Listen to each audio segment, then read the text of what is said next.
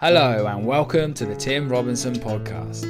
With me, your host, Tim Robinson. My background is in coaching males to build bodies that they can be happy with, and this podcast mirrors my never-ending quest to optimize human happiness, health, and performance. Each week, we'll get a chance to speak to other experts in the field of health to consolidate our ideas and create a show full of insights to help you go to the next level. What's up, my homies? Are you someone that's constantly self-sabotaged, somebody that has either tried to lose weight or tried to build muscle and just constantly finds themselves tripping up?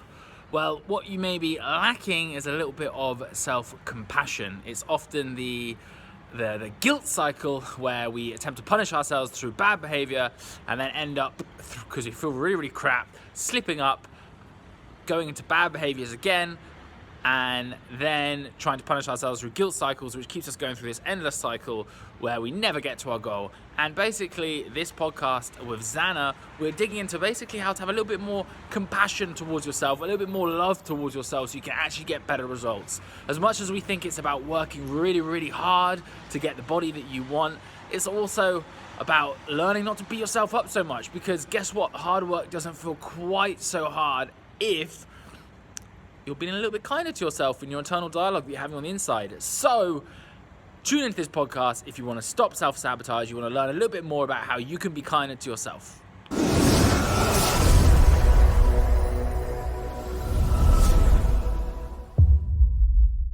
Welcome to the podcast, Zanna. Hi Tim, nice to meet you again. Nice to meet you again. I feel like we've met before. How are you today? What's that, sorry? How are you today? How am I? Yeah, I'm good. I'm enjoying the weather, which is not so horrendously cloudy and grey as it has been. But yeah.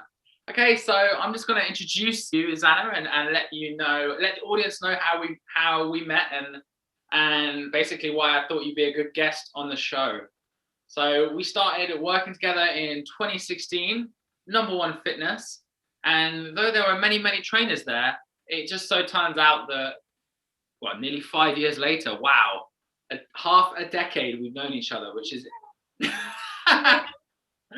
which is insane if you think about it. So, and it's funny the relationships that you maintain, having known loads and loads of trainers and fitness professionals.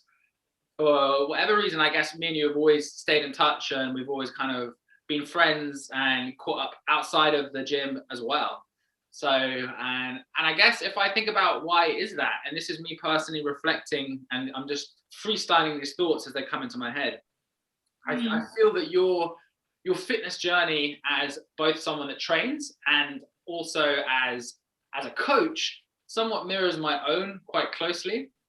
So I feel like, based on our conversations, and you'll correct me if I'm wrong, but I feel like probably you were someone that came into the industry and sees a lot of these kind of sees an ideal body type that feels like you have to subscribe to it when you come into the industry, and this creates a level of, I would say, discomfort on the relationship with your body, which then sends you on somewhat of a personal quest to work this whole thing out, and I feel that journey is one that I've been on, and it's one that you've been on, and it's ultimately one thing I always like to say is people want to change the way, people don't want to change the way they look to change the way they look.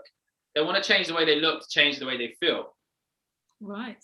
And the thing is, the how you feel bit is actually, that's ultimately our job as coaches. Like, don't get me wrong, like we have to look after people in terms of making sure they achieve their goals, their fitness goals, and all the rest of it. But really what they're looking for is kind of a personal peace and fulfillment, and how to create that, firstly for ourselves and then for our clients. Though I know that the methods that we use and everything might be a bit different, but that always, it seems like, in a sense, our journeys, I've always been able to draw a parallel to you in that sense.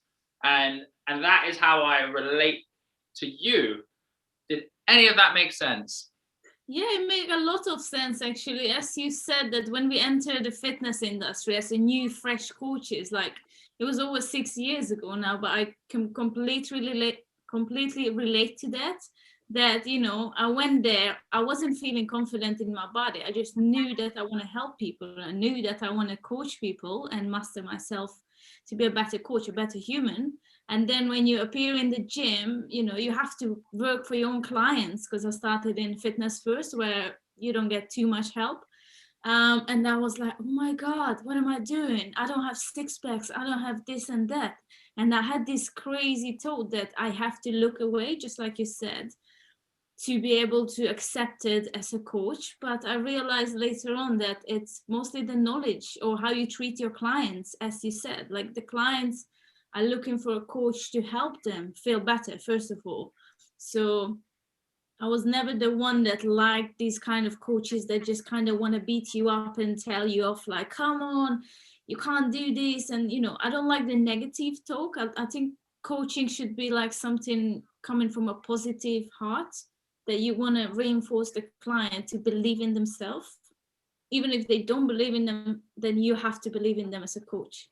And that's why I think the relationship with your clients matters a lot. How you treat them, how you nurture them, and efficiently how you make them feel. How you make them feel. That's probably why coaching is actually a very challenging job, and it may not always seem like that on the outside, but because you're taking an emotion. I don't know what you think about this, but do you think you have to be a little bit emotionally invested in the client in order for them to get results? Or You have to have emotional intelligence yourself. invested. So what I mean is, you know, like, you know, people don't know how much. I'm throwing out the sound bites today, but people don't people don't care how much you know until they know how much you care. So yeah, so the thing is, you kind of really have to care for your clients in order for them to be a recipient of your care. And yeah. but And yeah, but I just always I just think that it is actually can be quite a draining job sometimes to care for people. Yes, but also I think we have to know our limit. Like, we essentially not responsible for them. Either your family, like you, I'm not responsible for how is my sister turns out, even though we blood. And you're not responsible for how is your clients getting there. If you're doing your best, Yeah, that's the only thing you can do, right? You can't do better than your best. So I think we have to also be able to be aware of ourselves and not beating ourselves up if the client doesn't happen to be the way we hoped for. And also, I think there's certain people that you vibe better with or you get along better with. So that's going to be your like most, your niche. That's going to be like your niche clientele, the one you get along with, like-minded, and then you understand each other. Because I think it's a two-way relationship, not just the coach's responsibility, but also the clients yeah, to some degree. yeah. You know, that's a very good point. And ultimately, if you look at what coaching is, it's about leading people to self-empowerment. Yeah, I think so. Yeah. So within that, they've got to realize that they're getting you on board to help them look after themselves. Yeah, exactly. And that's what we try to do, I think. Like, you don't do the job instead of them. You don't put the effort in what they should put in. You put the effort in as your coaching responsibility. But that's a certain extent. If they don't back it up with certain actions, then the results are not going to come. So yeah, I think it's important to make them understand, or just talk deeply in the beginning, like, why do you want to achieve a certain goal? I really like to emphasize the why. Why is this important to you? Because if they don't have a big enough reason, they're probably not going to have a big enough motivation to carry on, to fulfill and to achieve that goal. That's true. Yeah. The why. One thing I think about the why is always changing. So you have to Yeah, and that's fine. That's fine. You know, we're humans, we're meant to evolve, and that's fine if the why is changing, but just have a strong enough why, and maybe check in with yourself. What is your why right now? what is my why right now? Is that a question? Yeah, as coaches. Yeah, my why. Do you know what my why is? Like, you know what I realize right now in this COVID time, whilst I'm not seeing that many people, like, this is really a chance for me to put my best in. So I'm just trying to put my best in, and I don't want to. You know, I had a chat with the other guy, Ozzy. I don't know if you saw any of the clips, but I remember. One of the things he spoke about was legacy, and I don't want to look back on this period of time knowing that I didn't put my best foot forward when it comes to my training, my nutrition, because I've got a distraction removal right now. So I'm just really enjoying being in it with my training, and yeah, I think that's for me. Yeah, I think your self-esteem is your reputation with yourself, and the way that I see it is when I'm ticking the boxes, you know, when it comes to nutrition and training, I feel better within myself, and I just want to give it my best, man. I've had so many years, which we'll get into, but I've had so many years where I've trained in a non-efficient way, which is very, very interesting actually, because, you know, we're always talking about body types with women in the fitness industry or women in the media, but the ironic thing is that if you look on Men's Health magazine, you only ever see one body type for a man, which is like a ripped guy, right? So many men. Toxic. Yeah, I mean, so many men think that that's the way they should always look, and I certainly fell into that bracket for a very, very long period of time in my life. You know, always trying to stay lean. Not that I was succeeding, I was going out and drinking or, you know, partying or whatever, but I always felt like I should be lean, and therefore I wasn't eating into a caloric surplus to actually gain that muscle. And it's not like I've got like complete self-confidence in the way I look now that I don't mind about that, but it's just now that I'm more educated, I recognize that it's important for me to have an increase in calories so I can actually build that muscle. So in a way, it's like I recognize this period of time in my life is valuable. The last decade, I probably didn't use that well for training because I was always trying to stay too lean. Whereas now, it's like, you know what, Tim, let's do this properly. Let's push those calories up a little bit. And training is my hobby. So let's make something of this for the next few years. And I don't know if that really describes my why, but that kind of, I guess, yeah, you understand a bit about where I'm about. Yeah, it's good to look at this sort of pandemic in a positive way, like you try to bring your best out, although I understand it's not possible for everyone. Like my training haven't been nowhere near as it was before, but I'm okay with it. I just take it as it comes. And that's one really important lesson I learned throughout this 2020, that you just have to take it one step at a time, stop being too hard on yourself, and just take it as it comes. Yeah, absolutely. That is that's something I'm learning in 2021. I think 2020. Yeah. 2020, I was really enjoying. I was almost like working really, really hard in 2020 and like loving it. Whereas now in 2021, yeah, exactly what you said. Just learning to take pleasure in the simple things as well, because so many of our pleasures, if you like holidays and socializing with people and parties and new outfits that we're going to wear and stuff we get excited about without even realizing it, that's been taken away, and we're forced to spend a lot more time with ourselves. And yeah, I think it's just like when you ask me how are you, the fact that I said something about the clouds not being gray and the fact that it's like the sky is blue, that's probably a genuine increase in my ability to have gratitude for the way things are, because of the year that we just had and the year that we got now, if you know what I mean. Mm-hmm. Yeah, that's good. And I think, as you said, like the holidays and friends and clothes, whatever, it's all external. It's all like mostly materialistic, which this Western world very focused on. And I think it's for so many of us, for the better, I hope, that we have to look inside and feel our feelings, which is extremely hard. And that's why possibly certain like eating disorders or addictions have arise again, because when the feelings come in and you just want to distract yourself by going out, by doing certain things, by binge watching something, it's the feeling is going to come back even harder, I believe. So you need to be able to recognize and just sit with your own feelings and just allow them to arise, whatever it is, whether it's bad, good. You just need to let yourself feel it, and that's where I think self-compassion and self-acceptance is a big thing. Because you were talking about self-confidence, and I think that can come once you accept yourself in any stage, because we're not always going to be our best, and you just still need to be okay with it. And I think that's one of the most important things. Yeah, for sure. I mean, what you said there about feeling your feelings. Okay, Tim from 2 years ago wouldn't have a clue what that meant. Tim from a year ago wouldn't even know what that meant. So, but I do know exactly what you mean now. But for the listeners, some of your listeners and some of my listeners that maybe want to, like, you know, they're thinking, right, like, when I get a better body, I'm going to be happy, or I don't know, maybe they think, right, this is supposed to be about fitness, so what they're talking about feeling their feelings for.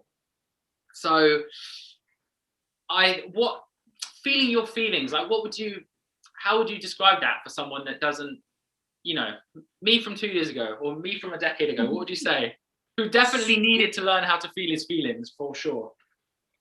I can relate it back to myself years ago as well. I wasn't aware of my own feelings. I was just hustling. I was always in a hustling mode. You need to go, you need to do things, you need to achieve it, you need to look a certain way. And in that way, I think I can relate very well to my clients who come with me like, I want to lose weight, I want to look my best, which is okay. It's nothing wrong with deeper and know why. Most of the time, the why is because I want to feel confident.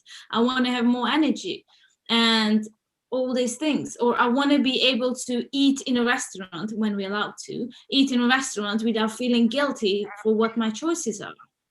And I think all that is for all that to do that, we need to like start and just take it easy on ourselves, instead of like, okay, I need to lose this weight right now very quickly by starving myself. I think those most of the time coming from like a way to punish ourselves. And I know I used to do that. Like, you want to punish yourself for what you ate. You want to punish yourself because you did this and that, and you feel guilty. And these negative emotions are not necessarily going to result in a positive outcome. So for positive outcome, we need to sit back and just observe how we're feeling now. What is going on? Why do I want to achieve it?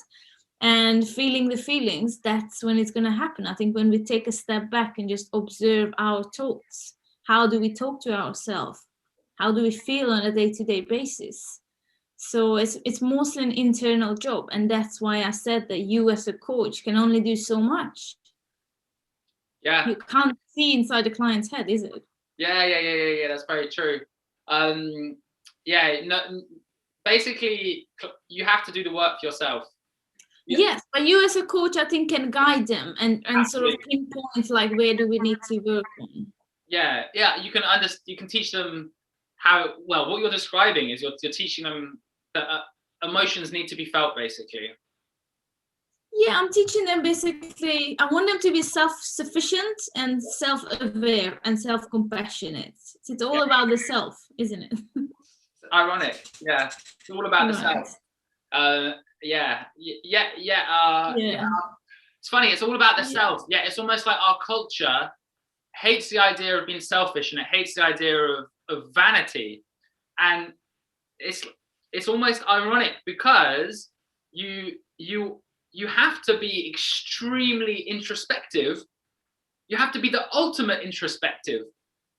As in, exactly what you're describing is complete, I believe, correct me if I'm wrong, is almost like complete introspection and acceptance at the same time, because it's only by being with yourself and actually feeling how you really feel in that moment that you can begin to process feelings that may not have been felt, and begin to become like actually a happier person, in a sense.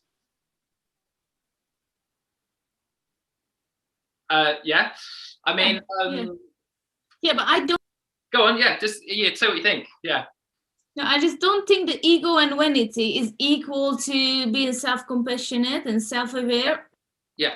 If you just think back on your own journey, or I reflect back on mine, I become a much kinder and better and more understanding human to my clients and to everyone else around me once I look within, once I understood my own feelings, and I wasn't just reacting, but I was responding. 100%. And I think that's such a key, and there's a difference between that. Yeah. Because what word did I use? No, I know. It's just interesting, right? It's just interesting because I don't think I'm thinking about. I'm not talking about like buying into your ego or becoming vain or anything. I'm just saying that people might almost get those confused sometimes. It's just an interesting. Yeah, that's true. Yeah, that popped into my head. Go on. That's why we need to educate them. That's why we need to educate them, I think, to make the difference. Like, if you just care for yourself, or you take a day out because you're mentally not feeling up for things, that's okay. And you are still a good person. You don't have to like work 24/7 to be accepted, although that's what society kind of teaches you. Yeah. Yeah. Can I want to try paraphrasing some of what you said. Go on. Because I think so you were talking earlier about how people go into like a punishment cycle. So they punish themselves. And it's almost like sometimes what people do, I've certainly done it with food, is that you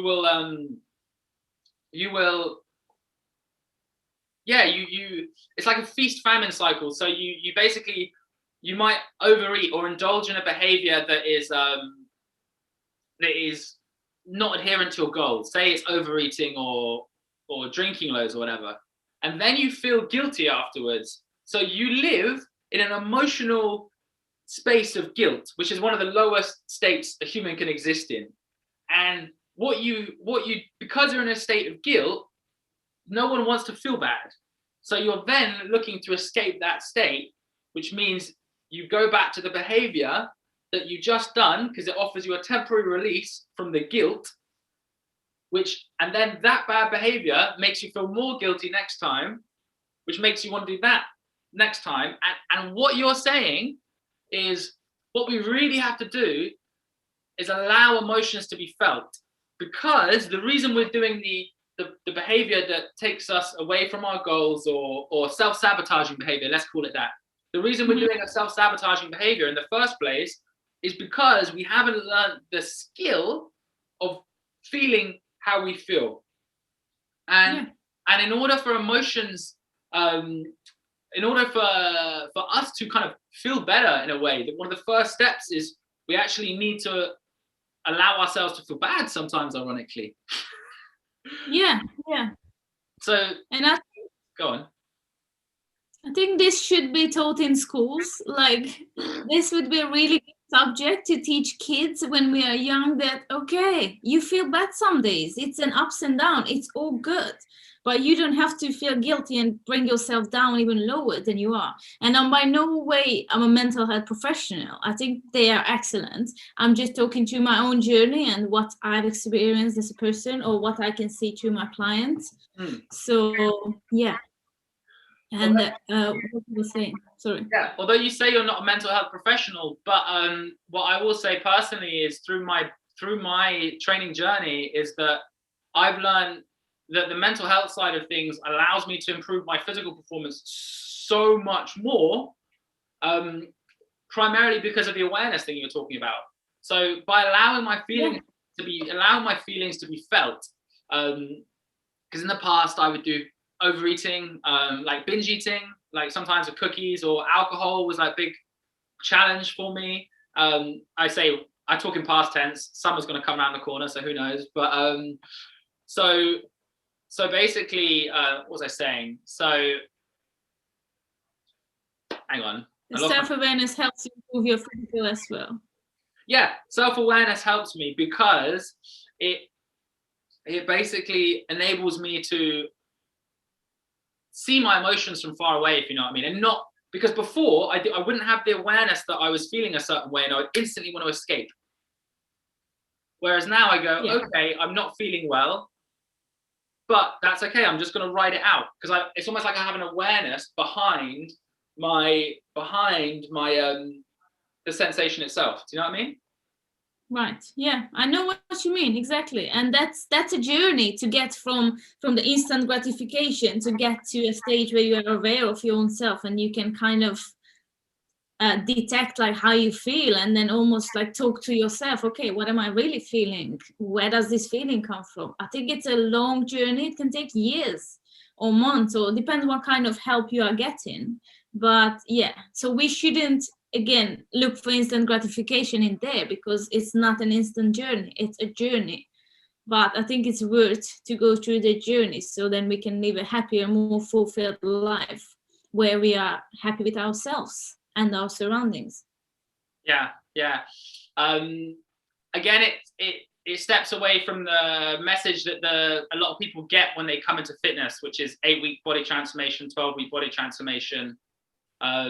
On an unconscious level, they feel like if I do this body transformation, I'm going to be happy.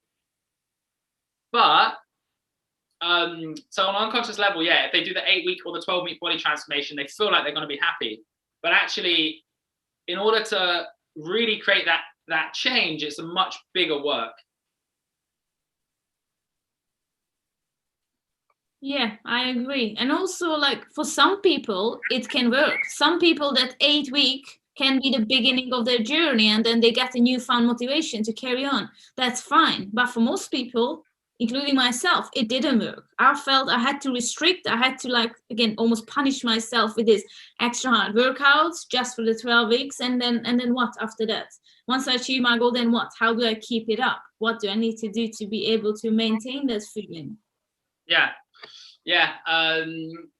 I have a theory, which is that it doesn't actually matter if you do an 8 or 12-week body transformation, because that's fine. I'm not saying that's a bad thing, because you can only start where you're at. So if you start from the level of understanding, like, right, doing this 8-week transformation is going to make me happy, it's almost like you have to go through that process, beast yourself with cardio, to then only, and okay, one, you might learn some effective habits regarding diet and stuff like that. But the next part of it is you almost like have to go through that process to then, if you then come out the other end and realize, oh, hang on a sec, I haven't really got what I was looking for. Maybe I'm not as happy as I thought I would be. And then that makes you ask those inner questions. One thing, I'm changing tangent a bit, but one thing I really connected to, I'm not really sure why. I've never really thought about it, but I just liked it when you said it to me. And it would have been probably 2017, 2018. But it was about basically how you present yourself on social media. And I remember you saying to me that a lot of girls basically are quite scantily clad on social media, and you didn't really like that. What does it mean? Can you explain what? Not wearing very much. Okay. Yeah, and you didn't really like that, and you didn't want to kind of present that on your social media when it came to marketing yourself. And I guess I haven't taken the time ever to connect to why I resonated to that message, but I respected that. And yeah, but I guess it's just interested to hear your thoughts on that.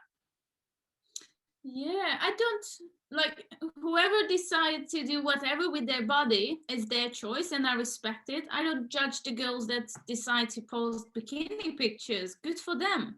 I just do not want to put my body online, because we live in a crazy world, and people like, I don't know if I told you this story, but sometimes somebody stole my pictures and put them on a dating site in my name, which was very interesting. So all these crazy things can happen. So I don't know, just be aware and do what you want to put out there. But again, I'll leave everyone up to what they want to put out there to present themselves the way they feel good about. I know I don't feel good about posting workout videos filmed from behind and all these crazy things. Like, it might get more views and more likes, but I'd rather have less likes and more people that interested in my content rather than the way I look. Yeah, okay. Yeah. That was a really interesting little story there. Yeah. Yeah. Yeah, fair enough. So just going actually within and seeing what feels right for you rather than just kind of following the mainstream. Yeah.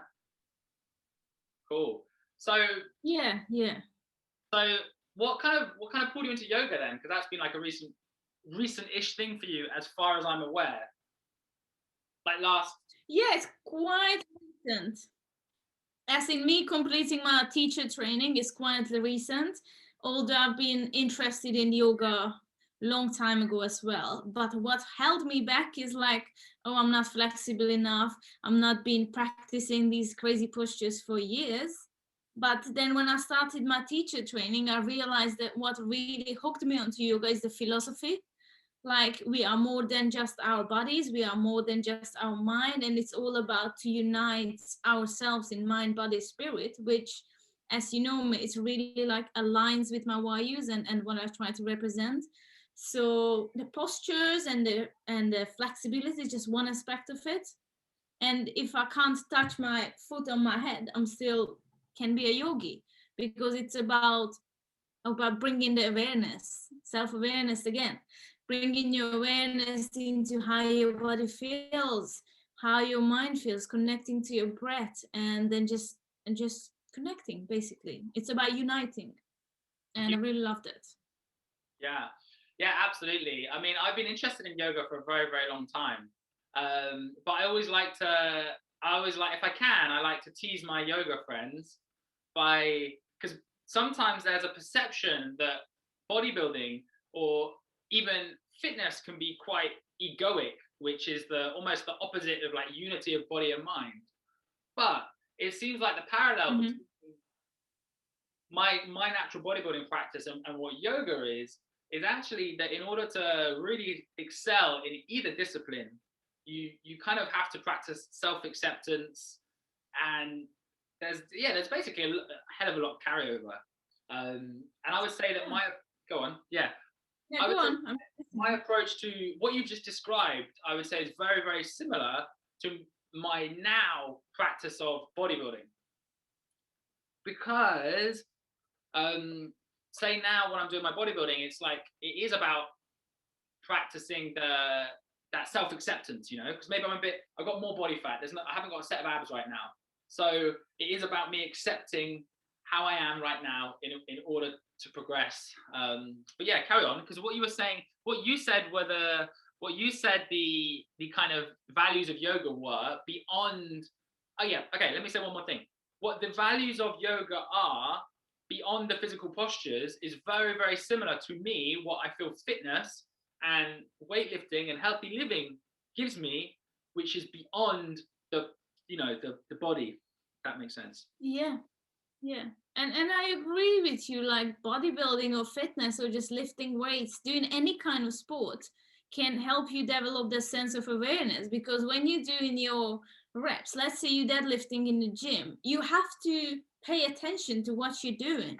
You kind of counting your reps, you breathing with a rep, and that can help you develop that awareness to my body, to how you're feeling, and to it can make you stronger in mind as well. And that's what kind of piqued my interest, like, oh, actually yoga is doing the same thing, but it's just like more body weight and holding different asanas or postures for a longer time. So there's a connection, as you say, in there. But yoga is more like an ancient philosophy than bodybuilding. Yeah. Although I like both of them, I quite like both of them. Yeah. Me too. Yeah. Well, I guess one of the things about yoga is it is a philosophy that you can tap into. Yeah, I still have so much to learn, but it's really interesting, and I love the philosophies. Like we learn about the chakras, and there's so many things that like, ooh, it's so exciting, and yeah. Love all that. Love the chakras. Yeah. Are you working on any particular chakra at the moment? No, not really. I need to really like want to understand them deeply. And if I'm talking to my clients, they might think like, what the hell are you talking about? Chakras, energy body, what is that? So again, I think you need to take it again one step at a time till you have some interest in like, okay, what else is there to my energies or energy bodies or chakras? What is it? Yeah.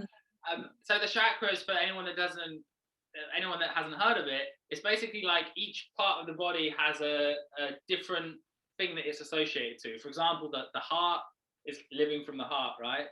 The throat, energy centers, yeah.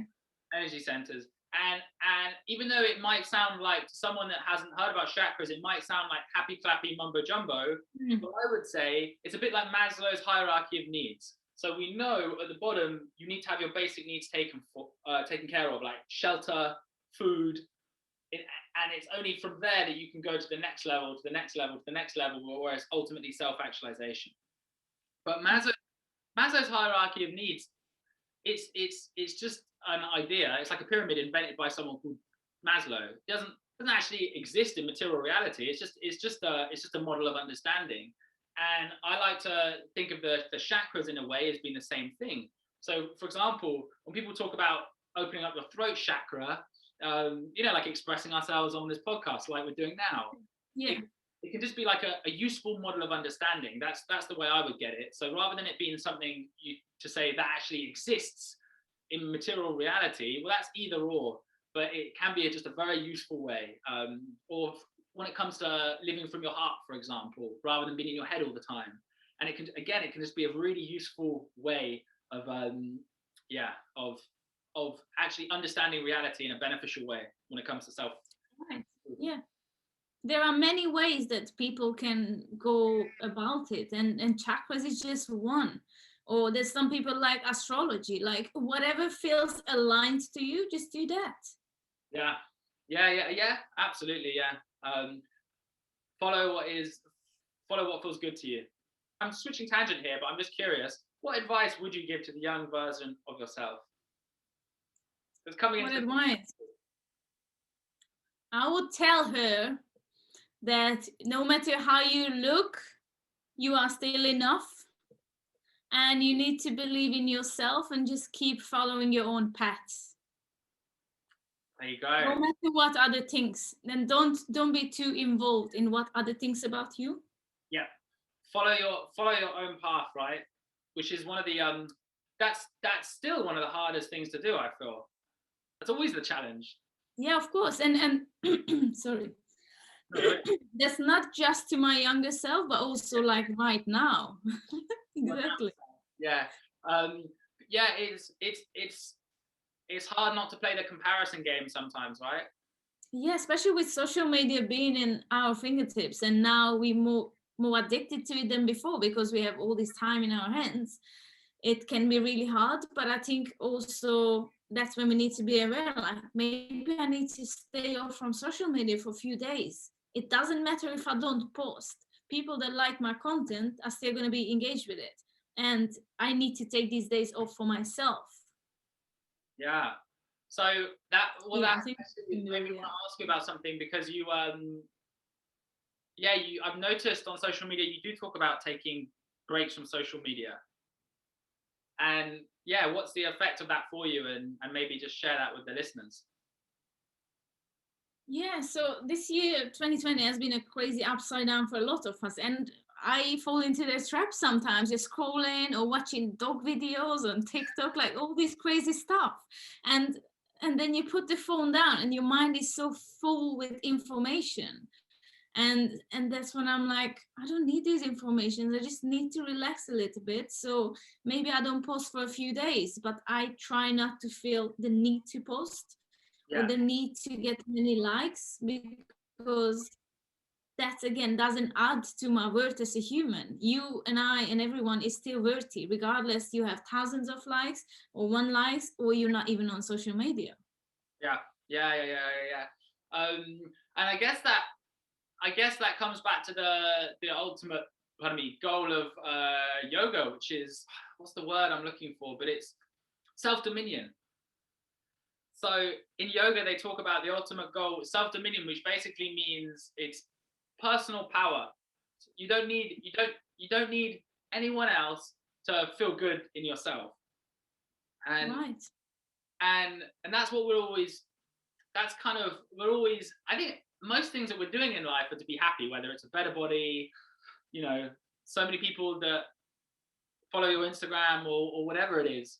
And we're doing these things to be happy, but ultimately, as you say, like, you know, you're enough by yourself, and it's like happiness is your birthright. But the problem is with that is when we're going on social media and stuff, we're reinforcing our brain to play those. I'm not saying don't go on social media, but you have to be very, very conscious about how you use it, because if you're not careful, you're tricking your brain into playing those comparison games.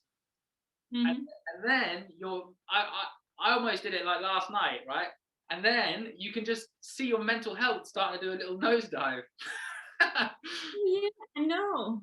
I talk about this, so I feel lucky that I have my partner who he's not even on social media, so it's so good to have that, because whenever I'm saying like, oh, you know, I don't know, these people had these many likes, they went here and there, and he's like, just get off of social media. So he's like my higher self voice sometimes, like to tell me to like, okay, take time for yourself. So it's good, and if you don't have that, that's when you really need to rely on yourself. But it's also good to have a circle of friends or people that support you, and you can talk about them, about your mental health as well as anything else. Yeah. And I liked Yeah, and I like these. talk out these issues in reality, because it might sound like to talk about like playing these comparison games on social media, it almost sounds trivial. Like it almost sounds like me as a human being age 32, like I should be above this.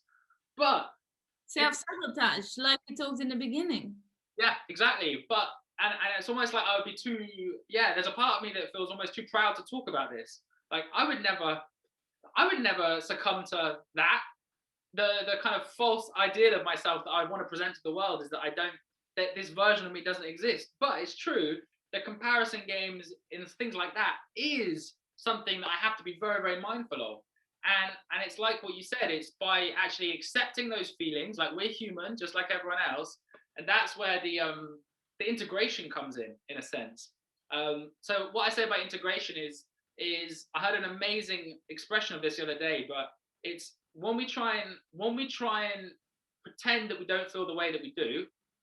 So maybe we present a false version of ourselves to other people, but we do it to ourselves as well without realizing. It's almost like we're not accepting how we feel, so we're trying to push away accepting how we feel, and we think that's the best way. We think that's the best way to not experience discomfort. Like, I'm going to push away the pain. But the problem is, there's a subtle discomfort that comes from the pushing away. We don't recognize that that creates pain. And the human being, in a sense, like we all desire peace, love, and happiness, right? Well, as you said in yoga, unity. We all desire unity. So what does unity mean? It means all things as one. But by pushing away, we're reinforcing our belief in separation. So Yeah. So it's actually when you have those feelings like the brain is playing those comparison games or whatever it is, it's having that awareness to recognize that your brain is doing that, and just being like allowing yourself to feel the emotion of whatever that negativity is, but just feel it in awareness. Because the benefit of that is then the next time around you accidentally fall into those traps with the social media or whatever it is, you're one step ahead, so you can see it. Like, do you know what I mean? Yeah. But Yeah. like I did last night, for example. Like I can't remember why, because I was tired. I've been working all day. I've been looking at a screen all day. I had a really good day, but then at a certain point, I realized I had too much screen time. My brain was overthinking, and I was just starting to feel a bit down. And I was like, okay, get yourself out for a walk. Went for a walk, came back, meditated for 10 minutes, felt a bit better. Yeah, but not everyone is able to have that sort of awareness, and they have two thoughts based on what you just said, like this false sense of self that you try to put out to the world. But we also need to realize that most of the people do the same. Like what you see on their profile on social media is not necessarily equal to reality. Everyone tries to put out their best moments, and we all have some private lives which we don't want to share, and that's again okay. So we need to take it with a pinch of salt and be aware, like this is just everyone's highlight reel. So I'm going to see the best moments of their life and the best pictures, the best angles. But that's not how they are in real life. Yeah. And also, you said that we need to accept, or we push away our darker sides, our sort of shadow. And that's where like this yin yang can come in. Like that makes you whole. You can't be whole by just your perfect, positive, good traits. You have these negative traits which makes you a whole human being and which makes you human essentially. Yeah. You have to, like Carl Jung says, you basically have to go into your shadows. Otherwise, you're just running away from yourself all the time. Yeah, you can't run forever. Like Bob Marley has a song like running away from yourself. You can't run away from yourself, and that's true. Yeah, you can't. Oh man, there was something to that I really wanted to say. Oh yes, I got it. Right, okay. So it's when we do the comparison game on social media and we like compare ourselves to others, we're comparing the best part of somebody else that they've presented to whatever we feel is our part that's equal to and we compare our part normally through a negative lens to their best part. But the thing is, we're not just one part, we're a whole load of parts. And beyond that, we all know when it comes to like a company, right? A company is more than just the sum of its parts. So we forget that, but we are more than just the sum of our parts. So the total value of like Zanna or Tim is more than the value of, how many clients we're working with or the results that we're getting in our training. We're actually a whole lot more than that. And it's like it comes back to that's advice to the younger self, that you are worthy, you are enough regardless of all these things. Like life shouldn't be like this game of who can achieve the most or who can have the most materialistic thing. And I don't think that in the long run that can keep you happy. It might make you temporarily happy, but give you the rush. But is it really making you and keeping you happy? Well, my perception on that would be that we live in a culture of materialism, basically. So if you look at what materialism is, the more the more you have, the more successful you are. Yeah. The more you have, the more successful. We identify success with achievements and money and ticking the boxes of the ladder. But what does success mean to you? Yeah. Again, that's another question to ask yourself or anybody else to themselves. Like, what does success mean to me personally? Yeah. No, that's a really, really good question. But, well, I think a little bit of self-awareness, and like you're saying, this stuff should be taught in school, because the whole idea of materialism is I would say it's belief in a separate self, and it's essentially it's egoism. But if you look at what the ego is, it can never be satisfied. In a way, the ego is a program. Like the ego is a mind program. You actually have awareness beyond the ego, and the ego, like, it's a program that helps us stay alive. Because if you look at materialism, it's a great survival skill for a species like Homo sapiens, because it's get more resources, so get more food, shelter, partner, all these kind of things, and it plays a role. And I'm not saying materialism is bad. We need some materialism to live in our physical reality, but you have to understand materialism, or the ego, is a program that worked probably really, really, really well maybe when we were like hunter-gatherers or like earlier times in humanity, because it can enable us to continually allocate resources and all that kind of thing. But if we want to reach total like happiness and fulfillment, we need to realize there's a level beyond that, or at least have the awareness to realize there's always going to be a part of us that wants more and more and more. And it's not necessarily about trying to switch that off. because you are what you are, right? You are a human being at the end of the day. Just letting that words to pass through instead of taking it like, oh, this is true. Like, not everything is true that you think. There you go. Not everything is true that you, not everything is true. Yeah, not everything is true that you think. Exactly. But again, it comes back to awareness, which really comes back to that message that you said right at the start, about feeling feelings. For example, I've been doing posts about meditation for like probably 2 years, but it's only really, I would say, maybe this year, maybe a bit before, that I started to really learn the allowing feelings to be felt. Because, and it comes back to insecurities as well, right? Like, again, I'm not a qualified therapist, but when it comes to like trauma and stuff like that, we all have things from our childhood or things from our adulthood. We all have insecurities, and if we don't process that and sit with it, that can basically affect the way that we live, basically. So feeling the way that you feel. Yeah, and that's why I think therapy can be a good thing. But again, in this Western world, it's still viewed as a sign of weakness. But I think, personally, I do believe that to face your darkest sides is a sign of strength. Who in the right mind would want to face it if they wouldn't have the strength to go through it?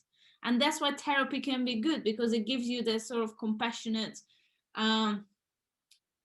place where you can express yourself without judgment. So I highly recommend it to anyone who really struggles with their mental health, or they don't know how to develop their self-awareness, or where their anxiety coming from. I think it's going to be a great tool, but again, it's still looked at like something, it's for the weak people. And if I look back at my own country, like Hungary, people think that you are mentally crazy if you want to seek therapy, which can obviously push a lot of people away from seeking it, because then they're going to be labeled as they are crazy, and that's wrong. It shouldn't be that way, I think. It's just, whenever you have a conversation with somebody else or yourself, even going to therapy, it's a step of strength, because you're acknowledging how you really feel. So you're actually walking into the shadows, metaphorically speaking, rather than running into the light all the time. But that's a very good point. Oh man, this conversation could go on forever. It's been a good one, though. Yeah. So okay, so I guess. Oh, by the way, okay, so Zanna, I guess the thing for me to ask you is how do you work with clients? Yeah, so I try to take them as where they are, instead of having this perfect one size fits all approach to the client. Like, I need to talk to them to see where they are, what their thought process is, how they feel, what they want to work on, what is their goal. And I don't want to determine their goal or how this should we work. I constantly ask them questions, ask them feedback. How do you feel? What is your goal? What do we want to work on? So I try to take them through this journey towards understanding themselves and be self-sufficient. And in most of the time they come into me that they want to lose weight and they struggle with all or nothing mindset. They're very stressed, and I try to then maybe talk as well, and then we try to understand like this. You don't have to think all or nothing. You can just take one step. My in one sentence, taking them through a journey one step at a time towards understanding themselves. Yeah, I like that. It can only ever be one step at a time. You can't skip steps, unfortunately. Yeah. And we also need to ask people how they feel about. I think as a coaches, we need to also ask them about feedback, how they feel. We don't need to assume that because it worked for me, it's going to work for them. We need to talk to them. Yeah, absolutely. And also when it comes to, we didn't really touch on it, but when it comes to intuitive eating, which is or intuitive styles of training, which is learning to listen to your body, because a lot of people that you mentioned that you've worked with, and I know that I work with as well, they have a tendency to go through feast and famine cycles. And a lot of it is like, I feel guilty, so therefore I'm gonna overeat to escape the way that I feel. And then after I've overeaten to escape the way that I feel even worse, and they go like this. Whereas what you can actually do is you can start to break the cycle by actually allowing people to listen to their body and actually eat in a way that just eat enough for you. And if you can, and it's a skilled work to do that, but that's the level of self-awareness that you're teaching to people, I feel. Yeah, definitely, again, takes time, and we need to respect the journey. Like, I can relate to it. Like 7 years ago, I used to eat like a jar of small Nutella every day, and I was thinking that I can just do 2 hours high intensity training and then work it out. So I know this crazy cycle: guilty, temporary relief, guilty, temporary relief. So what we need to do is like, okay, I ate this thing, that's okay. And then we just need to take it better, like try to nourish ourselves instead of restrictions. I think that mindset, that circle, comes often from demonizing certain foods and don't allow ourselves to eat certain foods. Like at that time, I used to not eat fruits because I thought they're gonna make you fat. Like, what was I thinking? But now I can eat anything if I want to. And it doesn't, I think that's where you need to learn how to listen to your own body. Like if you want a donut, you eat it. And people think that, oh, that's what you're going to do all day. But I don't think so, because eventually it's going to make you feel bad and you want to eat something nourishing, something more rich in vitamins and stuff. So, I think it's a journey again. We could talk about it for a long time, but Okay, well, one more point quickly is ironically, because sometimes people think learning to listen to your body is almost like ignoring structure. But ironically, when I work with clients that do extended diet periods, say they want to get super lean, they get six-pack out, you don't just put them in pure low calories all the time. I don't like to, because all you teach them is how to diet. What I like to do is introduce refeeds, because then obviously it can't be extremely high calories, otherwise they would gain weight, which is opposite to their goal. But you've increased the number of calories, and then what they actually learn to do is learn how to eat a normal amount of food in a structured way, like without going crazy, and then they learn how to diet as well. And often for the first time in your life with these clients, you might be teaching them, that might be the first time that they've ever not gone feast famine. Okay, so Zanna, where can people find you if they want to get in touch with you to work with you? Either email whether they have any questions, or they can find me on Instagram. It's Zanna Laczo, which is my full name. I don't know if people can spell it. So it's Zanna, Zanna Laczo. And that's the best way to get in touch. Cool. At the moment. I'm working on my website, so hopefully soon we have that too. Perfect. Yeah. I know you had a website before, but you're redoing it, I think you said. Did you say something like that? So, great. Well, I'll attach links where people can get in touch with you down below. Thank you for coming on for the show. Amazing to have you on. Great chat. It went in directions that was really fun. I wasn't expecting, which is perfect. Love it. Yeah, thank you so much, Tim, for inviting me. Really enjoyed the chat. Absolutely. Okay, well, you take care, and we will speak soon.